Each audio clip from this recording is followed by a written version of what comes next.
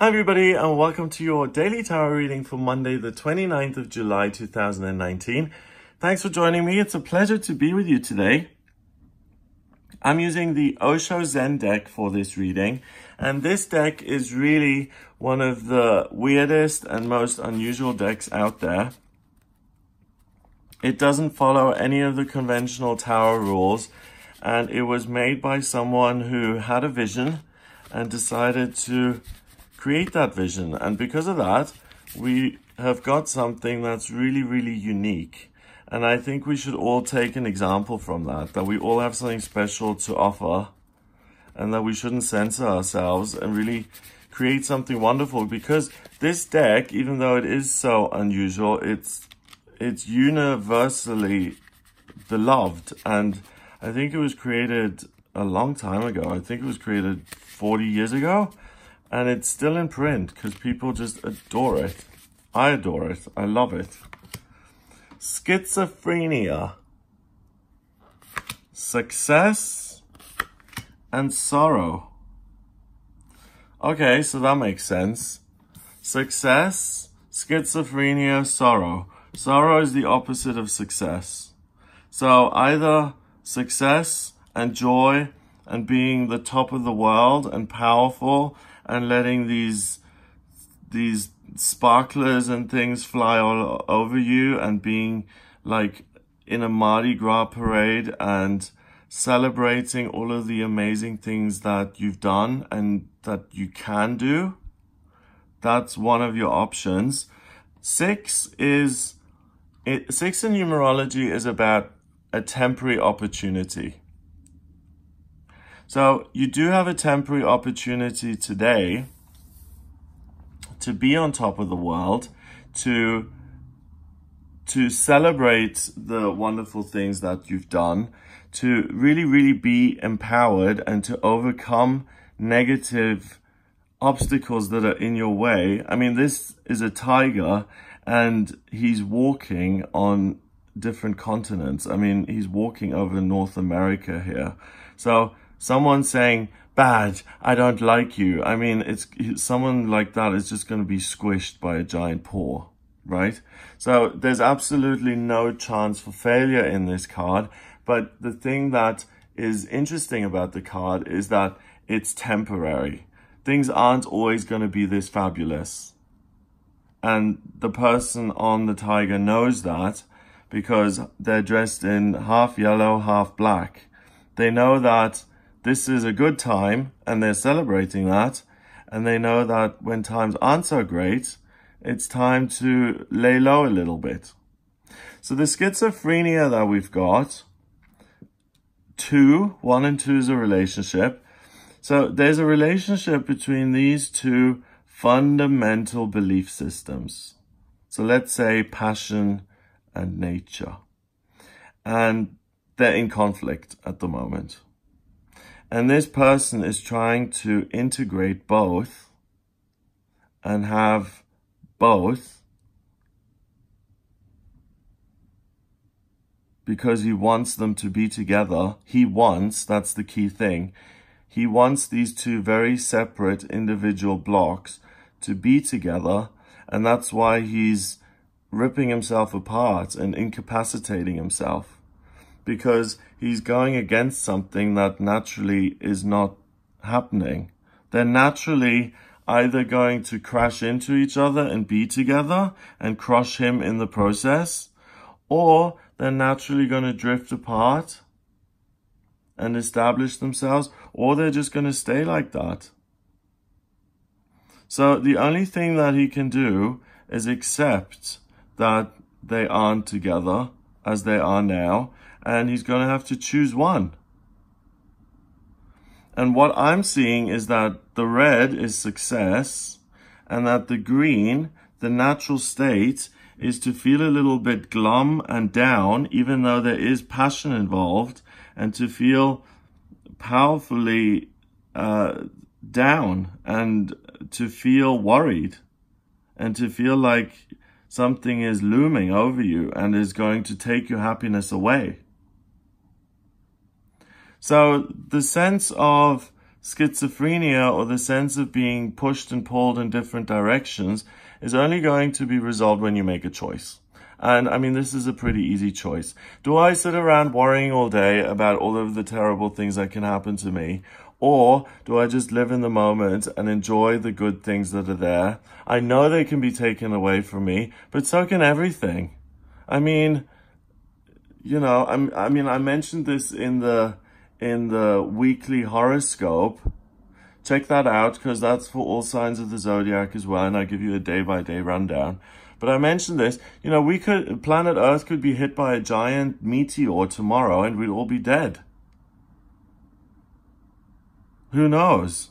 You know, whenever I look at these astronomy and planetary science things, I do look at those a lot, because I find the planets, they fascinate me, and space fascinates me. They're always like, oh yeah, this asteroid passed planet Earth just by like a hair, and it could have like destroyed the whole planet, and we only noticed it like 6 hours before the actual event. Okay, lucky it passed, haha. And so really, you know, if something like that was going to happen, we wouldn't even see it coming. So it may feel kind of irresponsible to say I'm enjoying the good times, even though I know they can be taken away from me. And what I should be doing is I should be worrying, because worrying is like an insurance policy for something bad. And when something bad comes, then at least I've worried about it before and I'm prepared for it, so I can handle it when it comes. That's not true. If you sit there worrying about something and preparing for it, when it hits, you still have to deal with it. If you've been out partying and celebrating and something negative hits, then it's a surprise and you go into it with much higher energy and you're able to resolve it much quicker than if you're already in it, if you've put yourself into the problem before it even happened. So, and a sense of being conflicted. Maybe you feel a little bit nervous for no reason, a little bit anxious today for no reason. Do I follow my nature and worry and be anxious and try and figure out the future and figure out what other people are thinking? Or do I look at the positive things in my life, the sunshine, the fact that people are happy, that people are interested in me, that I've been invited to a party, that I've got the money to buy the clothes that I've always wanted, the fact that I have a roof over my head, the fact that I can be grateful for my good health and that I'm alive. Choose that, okay? It's going to ease that sense of back and forth, back and forth. Then actually enjoy the day, enjoy your successes, plan some successes, plan some things that you can achieve and complete today. So in your schedule, if you've got 2 appointments and you're worried that if you add a third one, you're overloading yourself and you can't do it, try it.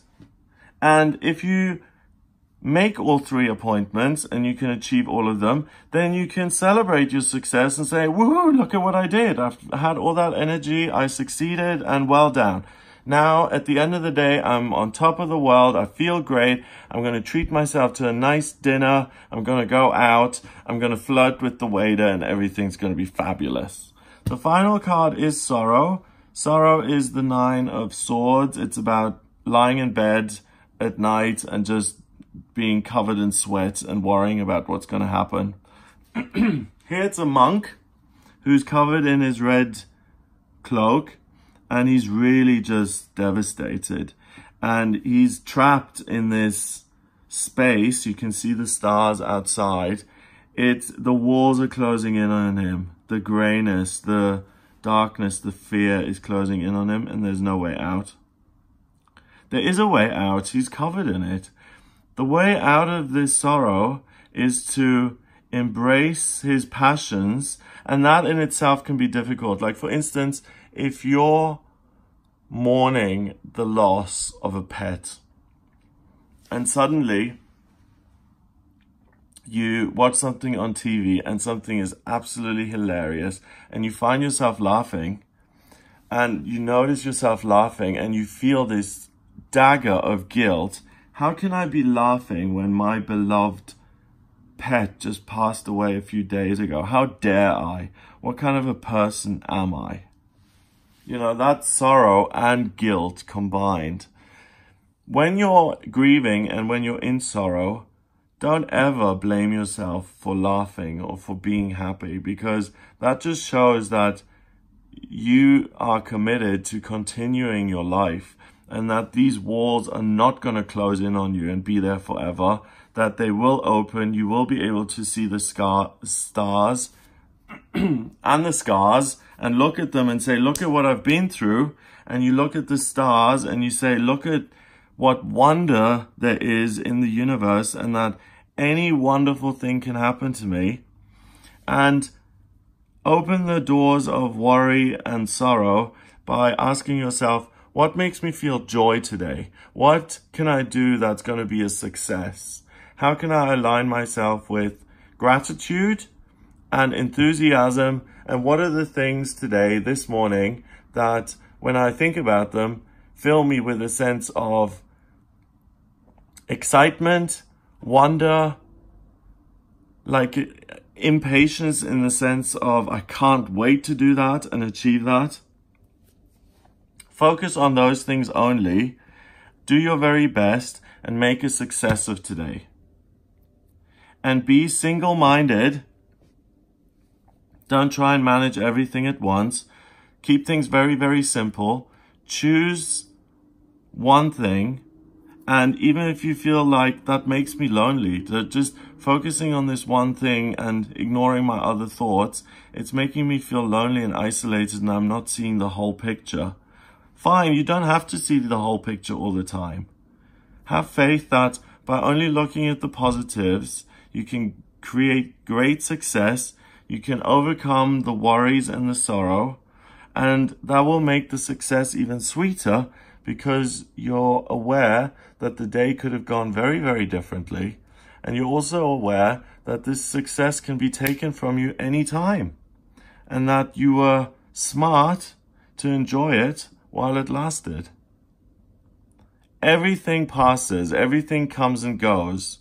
You know, in the 12 steps, they say this too will pass.